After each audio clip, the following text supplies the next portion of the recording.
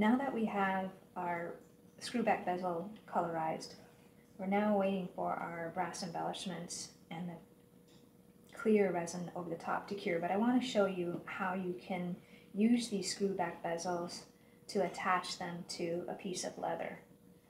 What we're going to be doing is poking a hole into the leather, pulling it through, cutting off the excess, and then putting the nut on the back to create this really cool screwback bezel cuff. First step is to punch a hole into your leather cuff. I assembled mine so I can have an idea of where that center mark is going to be once the bracelet is snapped shut. This is a pair of 1.8 millimeter, but just about any size will work.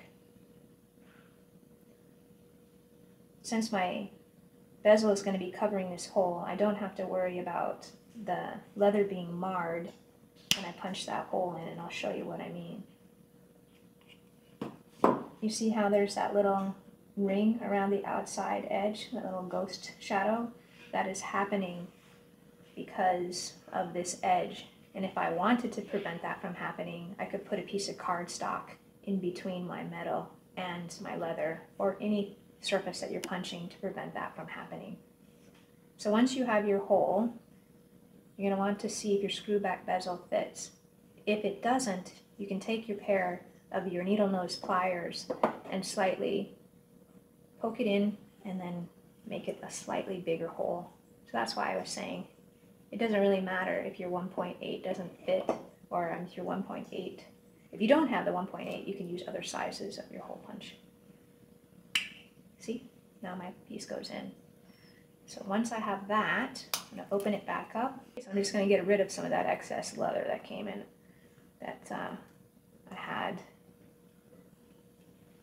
so that when I bring that screw down, I can bring it all the way down to the cuff. So I'm just trimming away a little bit of that excess. Then you use your screw and screw it on down.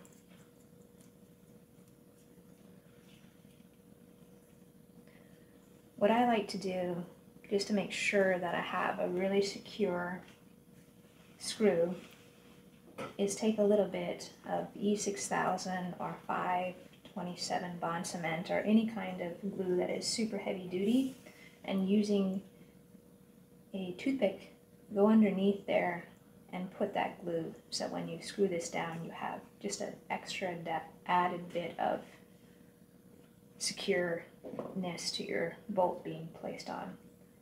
Then I just continue to use my needle nose pliers and screw it down and down and down, and you can recess it pretty far down into the leather cuff if you find that the screw in any way is irritating to your skin. But I have a very small wrist, so even on the smaller size of this cuff bracelet, it's still fairly loose. But you can continue to screw it down until it's farther recessed down. Now this is the tricky part. You're going to want to take your needle nose pliers again, your cutters, and put it in a position, and I'm flushing it all the way down to the base of that screw. And then you're going to want to turn it over, because you do not want that bolt to go shooting across the room or into anyone's eyes while you cut it. And now you have a cut mark. You can trim it off a little bit more if you need to, or sometimes what I'll do too is just use a nail file and get inside of there and just lightly file it down and make it nice and smooth for your skin. So if you can imagine, remember that piece that we were working on earlier, right in the center there with the embellishments and the resin over the top? That'll look fabulous.